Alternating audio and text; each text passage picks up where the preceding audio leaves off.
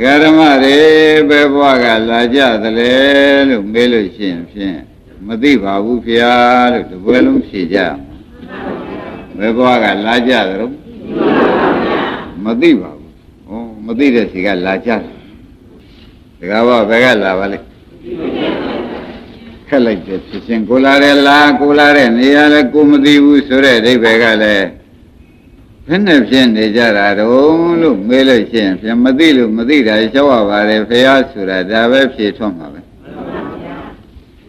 ကောင်းပြီတရားဓမ္မတွေဒီဘက်ကသုတ္တေမနေသိလုံးလို့ရှိရင်လည်းဘယ်သွားကြရမှာတုံးလို့မေးပြန်လို့ရှိရင်လည်းမသိပါဘူးဖေရပဲဖြေရဩခက်လိုက်တယ်ဖြစ်ချင်းဘယ်ကလာလို့ဘယ်သွားရမှာမသိဘူးဆိုတော့စကားတော့အယုတ်ဆိုးတာတော့ဖြင့်ရှိမှထင်ပါဘူးဘုကမောဘယ်လာလို့ဘယ်သွားမှမသိဘူးလေဘယ်နဲ့ဖြစ်နေကြတာ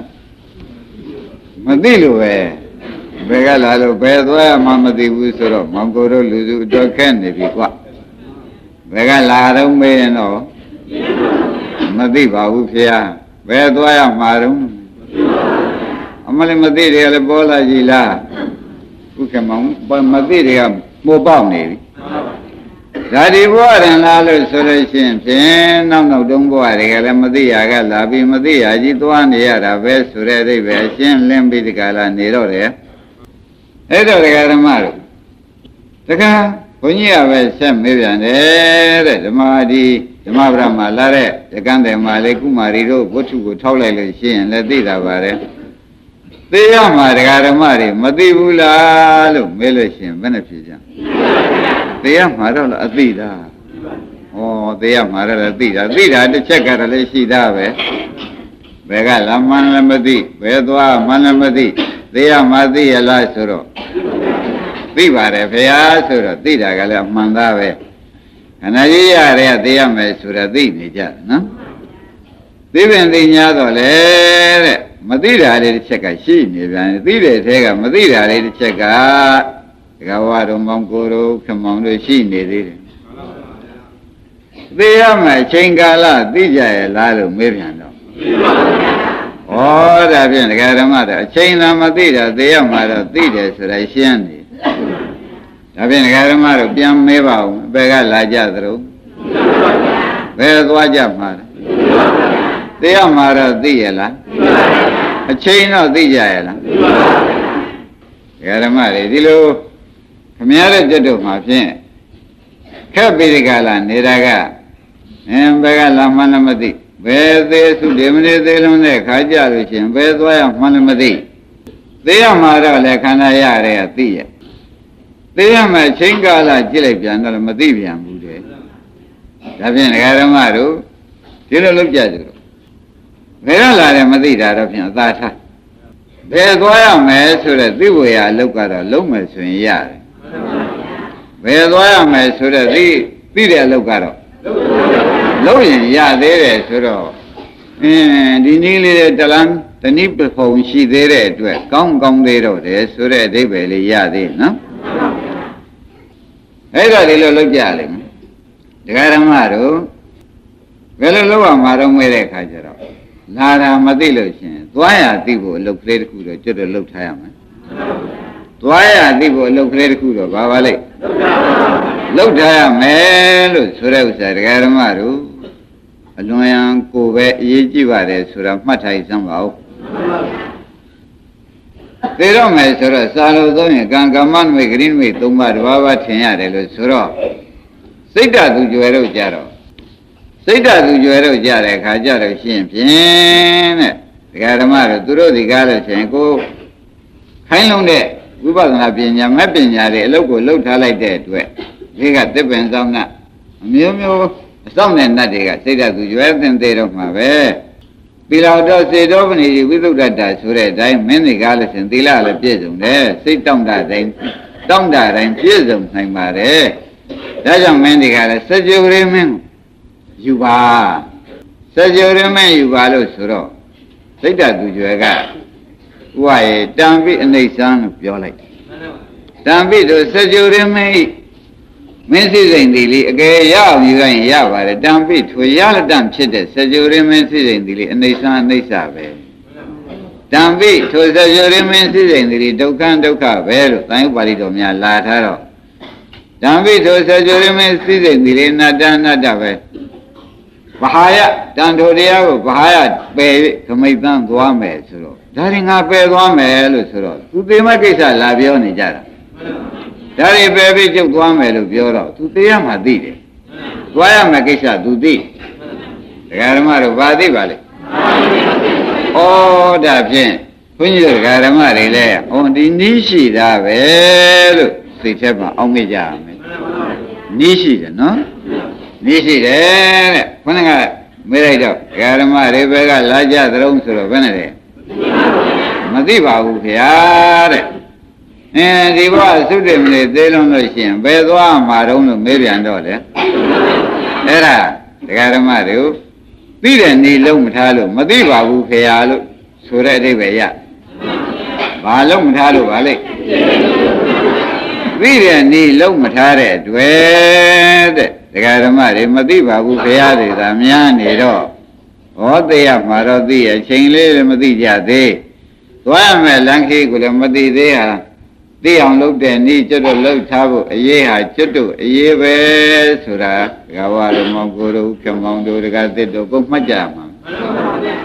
ဒါဖြင့်ဒီဥစ္စာသိရမှာသိရလားလို့မေးတော့ဒကာဓမ္မတွေကဘယ်နဲ့ဖြေတယ်သိပြီဒီကာလဒကာဓမ္မတို့ဘယ်သွားရမှာတုံးဆိုတော့မသိဘူးလို့ဒကာဓမ္မတွေကတရားတော်လုံးမသုံးလိုက်ပါတယ်အဲ့ဒါသိအောင်လုပ်လို့ရှင်းရင်လည်းသိပါတယ်ရှင်းမလားသိအောင်လုပ်တဲ့ပုဂ္ဂိုလ်များသေကံဤကြတော့ဟိုဓမ္မဝရမှာလာတဲ့ဥပဒကကြီးတွေများထောက်ကြည့်တဲ့အခါကျတော့ဒုတိယနာပြေကယထာကလာဆိုင်နေတယ်အာပရိန္ဒကလာဆိုင်နေတယ်ယထာတွေလာဆိုင်နေတယ်ယထာတွေကကျုပ်ယထာလိုက်ပါသူယထာလိုက်ပါနဲ့သေကံဤများဥက္ကမမခေါ်ကြဘူးလားဗျဟေးရကြပါအောင်ရကြပါအောင်လို့အောက်ကနေမအော်ရဘူးလား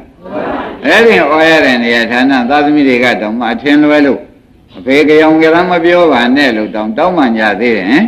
ဟာငါကြောင်ကြရမ်းပြောတာမဟုတ်ဘူးယထာတွေကသူယထာလိုက်ပါငါယထာလိုက်ပါဆိုတဲ့ဥစ္စာသူသွားရမယ်လမ်းသိနေတာကိုဗျာ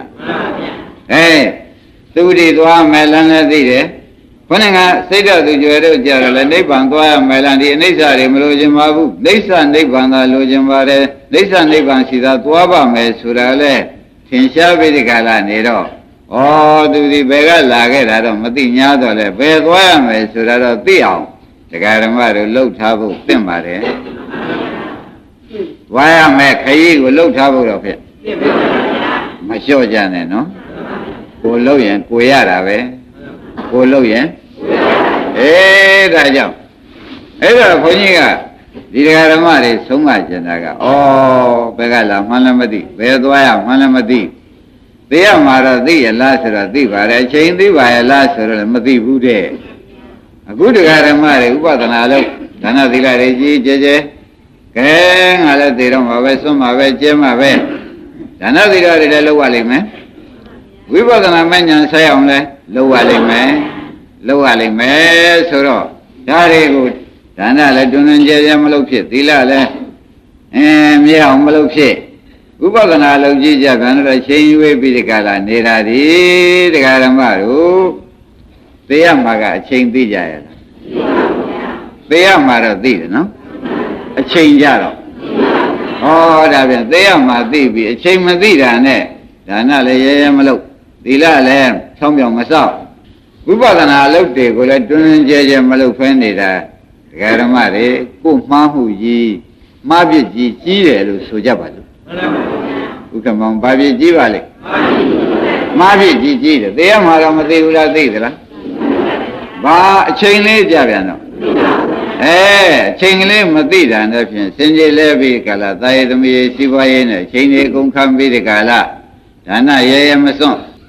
သီလများများကြီးမဆောက်တည်နိုင်ပဲနဲ့သမထဥပဒနာတွေကိုဆိုတာကိုလည်းတရားဓမ္မတွေကရှောင်ဖယ်လုပ်နေတာဩဒီအချိန်ကလေးမသိတာနဲ့တရားဓမ္မတွေကားလို့ရှင်ဖြင့်မိုက်နေတာပဲမလိမ္မာမှုတွေပိုနေတာပဲလို့ဆိုလို့ရှိရင်မလွဲပါဘူးဒါကြောင့်ခမည်းတော် တရားအထုတ်လို့တွင်တွင်ကြဲကြဲဖြစ်ပြီးဒီကလာသွားရလန်ခီအတိကြီးသိကျင်ရလို့ရှိရင်ဖြင့်ဒီမရဏနုဒ္ဒတိကလေးလည်းမှတ်ထားပါဆိုတာကိုလည်းမှတ်ရတယ်နော်ငါသည်မုတ်ချသေးရမည်အချိန်ပိုင်းသာလိုတော့သည်ဆိုတာလေးအမျက်နှုံးပွင့်ရမယ်ငါသည်မုတ်ချသေးရမည်အချိန်ပိုင်းသာလိုတော့သည်ငါသည်မုတ်ချသေးရမည်အချိန်ပိုင်းသာလိုတော့သည်သဘောကျမုတ်ချတာသေးမှာမဟုတ်လားအချိန်တော့ပဲလိုတော့တယ်မဟုတ်လားဒီဓမ္မတွေဒီကားလို့ဆိုရင်လူငယ်လေးတွေမှလည်းဘာသာလိုတော့သေးတော့သေးမှာပဲချိန်ပိုင်းလေးကြံတော့လူကြီးတွေမှာရောဒီချိန်ပိုင်းအတွင်းမှာကျွတ်တို့ဒီကားလို့ဆိုလို့ရှိရင်မနေ့ကပြောသလိုသုတ်တန်သွားရင်ပြေးသွားသုတ်တန်လွတ်တဲ့နေရာဌာနဒီဘဝသာရောက်ခံမယ်နောက်မရောက်အောင်ကြိုးစားမယ်ဆိုတာဒီသုတ်တန်သွားရင်ကြိုးစားမယ်ဆိုတာကိုလည်းမနေ့ကပြောခဲ့ပါတယ်ဒါကြောင့်တရားဓမ္မတို့ငါသည်မုတ်ချက်သေးရမည်ချိန်ပိုင်းသာလိုတော့သည်ဆိုတာကိုနှလုံးသွင်းဖို့ပြောပါတယ်ဟာချိန်ပိုင်းသာလိုတော့တယ်ဆိုရင်မြန်မြန်ကြိုးစားလိုက်မှပဲဆိုပြီးကာလသွားရလန်ခေသိအောင်မြန်မြန်ကြိုးစားလိုက်မှပဲဆိုတဲ့ဝရိယတွေပြင်းထန်လာပါလိမ့်မယ်နော်ကဲသုံးခေါက်လောက်ဆိုကြစမ်းပါဦးကဲတရားဓမ္မတွေကိုယ်အိဗယ်ကိုရှင်းကြရလား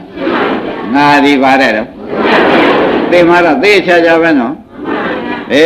ဒါကြောင့်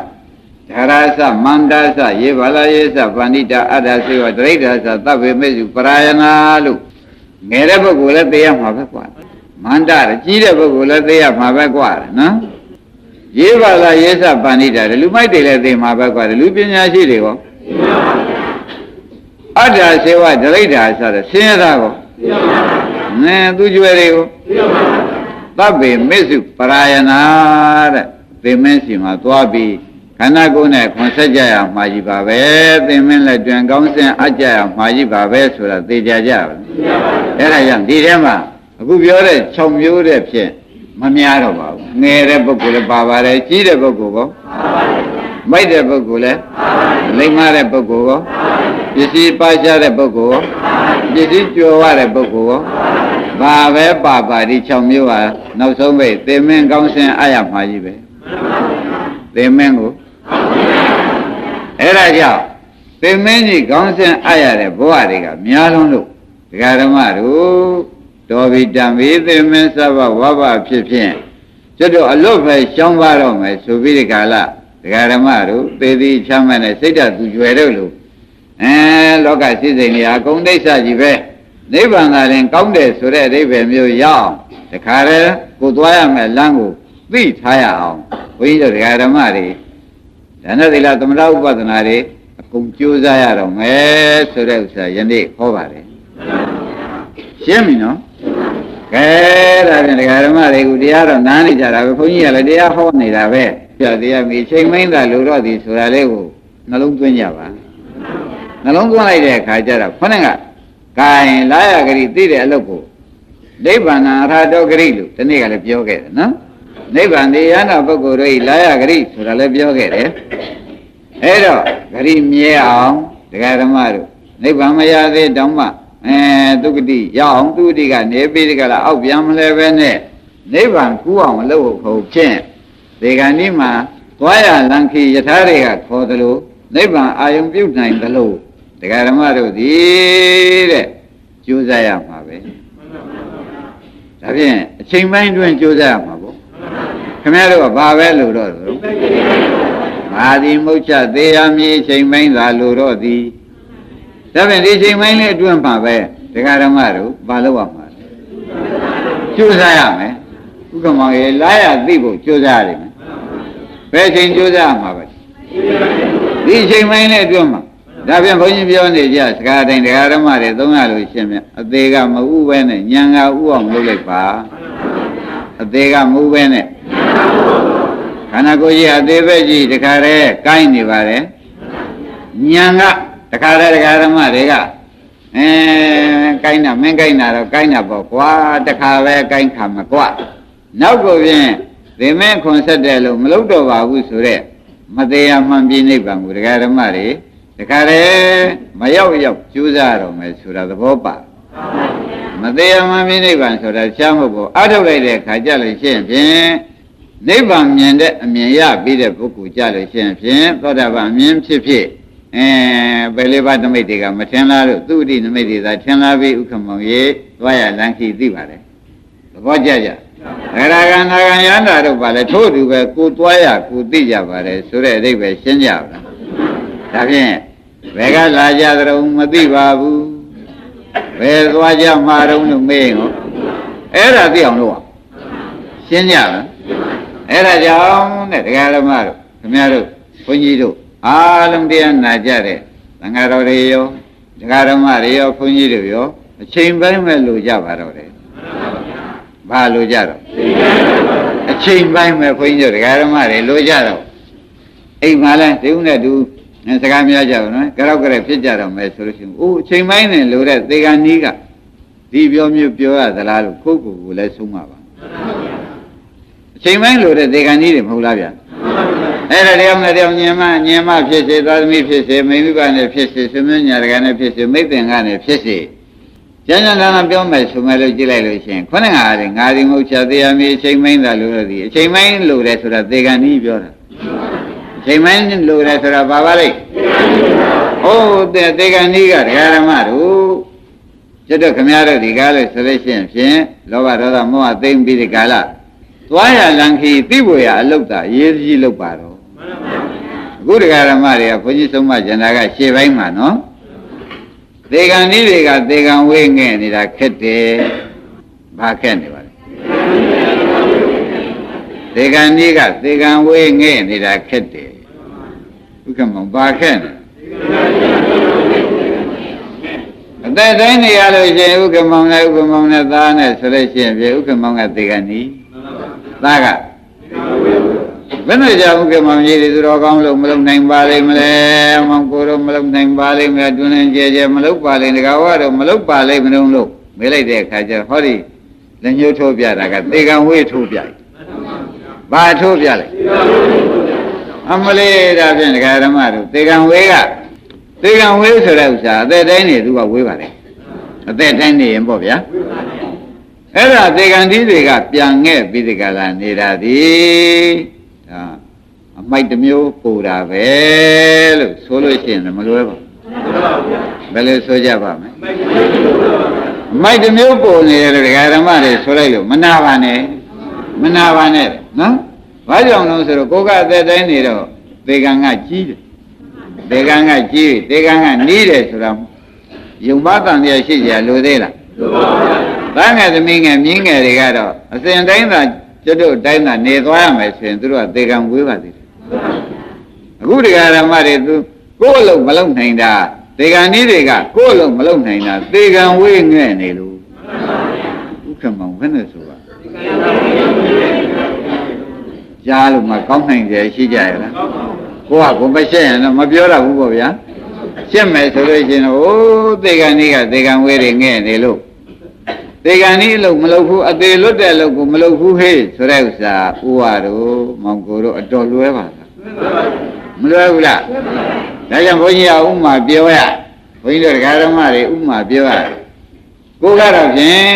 မရဏရေတွေနစ်လို့မရဏဆိုတဲ့ရေတွေနစ်လို့ပါဇာနာရောက်နေပြီကလေးသူငယ်ကိုမွေးထားတဲ့ကလေးသူငယ်လူမတူသားနောက်ငယ်တွေကကုန်းပေါ်ကနေကိုကရေထဲမှာနစ်နေလို့ပါဇာနာတောင်ရေဝင်တော့မယ်ပါဇာရေဝင်ရင်တေကံမနည်းသေးဘူးလားဒီမှာလည်းခင်ဗျားတို့နေခဲ့ရတာကြာတော့မရဏရေတွေကလွှမ်းမိုးလာတော့ဒီနေ့တဲ့ဒီနေ့မရဏရေတွေကြောင့်တေကံဤဖြစ်လို့ပါဇာနာရောက်ပြီးရေဝင်လှုပ်ပါပြီဘုရားမောင်မွန်းလူသေးဘူးလားအဲ့ဒီရေနဲ့နေတဲ့ပါဇာနာရောက်နေတဲ့ပုဂ္ဂိုလ်ကကုန်းဝါလူတွေအတွက်စိတ်မချလို့ကုန်းဝါလူတွေစိတ်မချလို့ကျုပ်ပြန်ခဲကြီးခဲ့ဘောလို့ကုန်းဝါလူတွေများတိုင်ပြီးဒီကာလအတန်ကုန်ဟိပြီးဒီကာလအော်ပြောနေကြမှာဆိုရေတွေကလူအယူဖြစ်လိမ့်ကိုယ်အသေးလွတ်တော့ကိုရှာတာမဟုတ်ဘဲနဲ့ကုန်းဘောကသေကံဝေးတွေအတွက်ကြည့်ပြီးဒီကာလသူစကားပြောနေတယ်ဆိုရဲဥက္ကမောရေတွေကလူအယူဘယ်နဲ့ဆိုကြပါရေတွေကလူကဒကာဓမ္မတွေဘယ်နဲ့ဆိုကြပါကိုယ်ရေးကိုလွတ်အောင်ယုံဖို့ရကအရင်မကြည့်ဘူးလားကုန်းပေါ်မှာလွတ်နေတဲ့ကလေးတွေကအမတန်မှသူတို့မှချမ်းသာကြမ်းမာပြီးဒီကာလကုန်းပေါ်မှာသူတို့သွားလို့ရသွားလာလို့ရတယ်ကိုယ်ရေနဲ့နေလို့ပါဇာထဲတောင်ရေဝင်လူပါပြီဒါတောင်ကုန်းပေါ်ကလူတွေတော့အော်တုံးဟစ်တုံးဆွဲရင်လုံးကြောင်းကြတော့ဗျာပါရတွေဖြစ်တုံးဆိုလို့ရှိရင်ဖြင့်ဩသေကံဝဲတွေအတွက်သေကံနီးက ဗျာများနေလိုက်တာလို့ဆိုလိုက်မြည်လိုက်လို့ရှိရင်တကားဝတို့ဥက္ကမောင်းတို့မောင်းကိုတို့နာစရာမလိုပါဘူးကိုမိုက်တာပေါ်လားမပေါ်ကြဘူးလားသေကံဝေးကဘာငဲ့သေကံကြီးကသေကံဝေးငဲ့သေကံဝေးသေကံကြီးကဘာငဲ့သူကရင်နဲ့လို့ရေတံပါဇတ်ထဲဝင်လို့နေပြီနော်ကုန်းဘဝကလေးတွေအတွက်သူဒီကားလို့ဆိုရင်စိတ်နေတယ်ကြောက်ကြနေတယ်သူတို့အတွက်ကျုံမစိတ်မချဘူးလို့များပြောနေမယ်ဆိုရင်ဥက္ကမောင်ရေဥပဒေနဲ့ပဲကျုံတော့ရေတွေကလူဟာမိုက်တဲ့ပုံအယူပို့သေးတယ်မိုက်တဲ့ပုံမှာအယူပို့သေးတယ်လို့စွဲချက်တင်ကြပါစို့ဆိုလိုက်မဆိုလိုက်ခင်ဗျားတို့ကတော့သုံးပါမယ်ခင်ဗျားတို့တဏှာကခင်ဗျားတို့ဝင်ထဲမှာရှင်းနေဖြစ်နေရှိတဏှာကခင်ဗျားတို့ဝင်ထဲမှာရှင်းနေလိုက်နေမင်းမွေးထားတာမင်းမပြုတ်ဘယ်သူပြုတ်မလဲအမေတဏှာကမင်းမွေးထားတာမင်းမပြုတ်ဘယ်သူပြုတ်မလို့မင်းတည်တောင်ထားတာလည်းမဟုတ်ဘူးလားမင်းသာသေသွားလို့ရှိရင်ဒါတွေဝစီဖြေလိုက်တယ်ကစင်ကရမ်းဖြစ်ပေဘူးလားအမေတဏှာဝင်ဟောဘုန်းကြီးကသာအခုသေကံဝေးကသေကံနည်းတွေသေကံနည်းတွေအတွက်သေကံနည်းကသေကံဝေးတွေအတွက်ပူးနေတယ်လို့ဘုန်းကြီးပြောတော့တာတရားကမှန်းနေတာအိမ်ကြလာတဲ့ခါကျတော့ခင်ဗျားတို့ကဘုန်းကြီးပြောတယ်လားဟုတ်ပါရဲ့ငါလည်းစဉ်းစားရအောင်မယ်မလားဘူးလားဒါဘယ်လိုဝင်တရားဟောမယ်ထင်နော်ကဲဒါပြန်ဘုန်းကြီးကတော့ဒီလာတဲ့ခါမှာတဏှာကြီးပြောနေတာတဏှာကတော့အိမ်ဆောင်သူကြီးဖြစ်နေတော့ခင်ဗျားတို့ဟိုဘက်ပါမှာပါပဲဘုန်းကြီးအရှုံးပေးအောင်ရပါတယ်အတော်ဆိုးနေပါလားတရားဓမ္မတို့အဲ့ဒါအိမ်ကြတော့ငါလိမ့်မာတာလားငါမိုက်တာလားဆိုတာဥက္ကမောင်ရေနဖူးပေါ်လက်တင်စဉ်းစားကြဒီကလေးတွေနဲ့ရှေ့စားဖို့တောက်ဖို့နဲ့ဒီငွေရှားမှုကြီးနဲ့ဒီရောင်းဝယ်ကြီးပြတ်မှုနဲ့ဖြင့်ငါဖြင့်အိတ်တောင်ပြောဥကွာခဲ့အိတ်တာဆိုတော့သေကံကြီးကဘာသာထွက်လာသေကံကြီးကအယူသံထွက်လာပြန်ပြီဘယ်နဲ့ဆိုကြဟာသေကံလည်းနှီးသေးတယ်ဆိုတော့ယူသံလည်းထွက်သေးတယ်ဆိုတော့အယူမသာချဝေရဖြင့်တော်နှီးနေပြီဘာမသားတွေဖြစ်ကုန်ကောင်းပါဘူးဗျာခင်ဗျာဆိုမသားဆိုရလဲအတုပဒီတဲကလည်းအတုပပေါ်မှာယူကထနေပြန်တော့အယူမသားဖြင့်ဥက္ကမောင်ကောင်းသေးရဲ့အယူလည်းဖြစ်ပြန်မသားလည်းသေကံနည်းဆိုတော့သေတော့မသားဖြစ်ရမှာဗျာအဲ့တော့အယူမသားဆိုတော့လူပို့တော်မှာကောင်းနိုင်ကြရှိရလားဥက္ကမောင်အယူမသားများခင်ဗျာပို့ကျင်သေးရလားဟုတ်ကဲ့လားကြက်စဉ်းစားကြစမ်းပါဒကာရမတာယူမသားနဲ့အကောင်းမသားကဘယ်ကများတော့ဒါမပို့ခြင်းဘူးတဲ့ဥက္ကမောင်ကြီးကသူပုတ်ကြတဲ့မသားတွေဘာမသားတွေပါလိမ့်သဘောပါကြကလားအမတန်ဆိုးရပါတယ်ဆိုတာပေါ်ပြီနော်ခိုင်းဒါဖြင့်ဒကာရမတို့ဒီဟာတွေကရှေ့ပိုင်းကနေပြီးဒီကလာဒကာရမတွေဆရာဘုန်းကြီးဟောတာကိုအိမ်ကြလို့ရှင်တဏှာတရားဟောဆရာကဖြတ်လိုက်မယ်ဆိုတာသတိပေးလိုက်ဆရာဘုန်းကြီးနဲ့တကွအားလုံးသောမြတ်စွာဘုရား၏သာသနာတော်တောက်လျှောက်သာပရိယတိသာသနာတွေအကုန်ဆောင်ပြီးဒီကလာလာတဲ့ပုဂ္ဂိုလ်တွေဘုရားဆရာကတလုံးမှမလဲအောင်ပြောနေတဲ့ပုဂ္ဂိုလ်တွေကဒကာတို့ဒကမတို့အမှန်ပြောတာခင်ဗျားတို့တဏှာကပြောတာအမှန်တန်ကောက်ကျစ်တဲ့စကားတဏှာကပြောတာကတော့ဘုရားနဲ့ကွာအခုသိလိမ္မာရှိတဲ့ပုဂ္ဂိုလ်တွေကပြောတာကတော့ဖြစ်အမှန်တရားကိုအိမ်ကြလို့ရှိရင်ဖြင့်ဒီကနေပြီးလက်နဲ့ရင်တဏှာဟိုကနေအိမ်ကြချင်းနဲ့ဖြစ်လိမ့်အဲ့ဒါကြက်ကြက်သတိထားစမ်းပါဖြစ်လိမ့်မနော်အိမ်ရောက်တင်တဲ့ပြန်မော်ဒကာဘဝဆင်းကြမြင်သာဘဝဆင်းကြအမြင်မြင်ဆင်းနေတဲ့ပြန်တဲ့ထဲဘုရုပြင်အိတ်နေလားဘုရုကောင်းလေးသွားစမ်းလို့စမ်းလောက်ကုန်ပြီခင်ဗျားတို့မလောက်ပဲဘူးလားဟိုချောင်းစိုးကံလေးကမကောင်းသေးပါဘူးဆိုပြီးဟိုနာသွားဒီနာသွားဟာဘာလောက်တာတုံးလို့မဲလိုက်ရှင်နေဟောဒီကလက်နဲ့ရေးလိုက်တာဟိုမှာတဏှာချီနဲ့ဖျက်လိုက်တာမလုံးကိုမသွန်းပြီးတော့ဘူးကျုပ်ပြန်ထိတ်ကနေပြာနဲ့သွားတာပဲဥက္ကမောင်ဒီဘက်လက်မသွားဘူးလားတဏှာကဒုက္ခတဏှာတွေကလို့ဆိုရင်ဒုက္ခသစ္စာပေးလိုက်ထိတ်အောင်ပြအောင်ပေးတတ်တဲ့အလုပ်ဟာဘယ်လိုလုပ်ပါလဲရှင်းအောင်လဲအောင်ချမ်းသာအောင်ပေးတဲ့အလုပ်ကတော့ဖြင့်ဆရာသမားနဲ့တကွာဘုရားတော်မူတဲ့ပညာစခန်းတွေပေါ့ဗျာအဲ့တော့ပညာစခန်းကအမှန်ပြော냐ဆိုတော့တဏှာစခန်းကထိတ်အောင်လုပ်တာကိုခင်ဗျားတို့ကသူ့ဘက်လိုက်သွားတာတဲနာတယ်ဗျာတဏှာကတော့ဘာလုပ်တတ်ပါလိမ့်ထိတ်အောင်လက်အောင်လုပ်တတ်ဉာဏ်ကတော့ဖြင့်ရှင်းအောင်လင်းအောင်အဲ့တော့ဉာဏ်နောက်ကိုလိုက်မှမိမိတို့ချမ်းသာကြမယ်တဏှာနောက်ကိုလိုက်လို့ရှိရင်ဖြင့်အဲ့ဒါအိမ်တက်ကြလို့စဉ်းစား ယုံနဲ့အိမ်မတက်လိုက်နဲ့ဆရာဘုန်းကြီးကမှားလိုက်တယ်ညာနဲ့အိမ်မတက်တယ်တဏှာနဲ့အိမ်မတက်နဲ့တယ်ဟုတ်ကဲ့မောင်ဘယ်လိုမှားပါလိမ့်ဗျာတခါတော့မှန်းတဲ့လှမ်းတဲ့စိတ်ကလေးတွေကလည်းရှင်ဖြစ်ပြီးပြတ်တာပဲကြွတဲ့စိတ်ကလေးကိုချတဲ့စိတ်ကလေးကိုဒီကလည်းစိတ်ကလေးတွေရှုခြင်းရှုရုပ်ကလေးတွေဖောက်ပြန်မှုတွေရှုခြင်းရှုပြီးတကအဲ့ဒီလိုညာနဲ့တက်သွားပါဘယ်လိုမှမပြန်လာသေးဘူးလားခုတဲ့တို့တောင်တရားနာပြန်လာရင်သူတို့ကဘယ်သွားမှမသိသေးအဲ့ဒါအကဲဆုံးပဲလို့လုံးမနေနဲ့ဦးရိပ်ပြီဗလားခင်ဗျားတို့ကဒါပရိမစိတ်ကောင်းတာကြံပန်စိတ်တယ်ဥက္ကမောင်စိတ်ဖူးကလားစိတ်ဖူးပါလေခိုင်းဒါဖြင့်အိမ်တက်ကိုတက်တတ်ကြပါဗလားဒီကပြန်တဲ့ခါကြလို့ရှင်ဖြင့်တေကံနီးတဲ့တက်ကြစမ်းပါသေကံဝေးတွေအတွက်ထည့်ပြီးမစင်းစားပါနဲ့ဘယ်လိုတက်ရမလဲသေကံနီးတဲ့တက်ရမယ်သေကံနီးတဲ့ဆိုတာငါသေတော့မှမြန်လုံးမှကိုရေးကိုဆိုပြီးငါဒီဘက်ခါကလာမှသတိပဋ္ဌာန်ကိုမလွတ်တော့ဘူးဆိုပြီးသေကံနီးတဲ့တက်ကြစမ်းပါ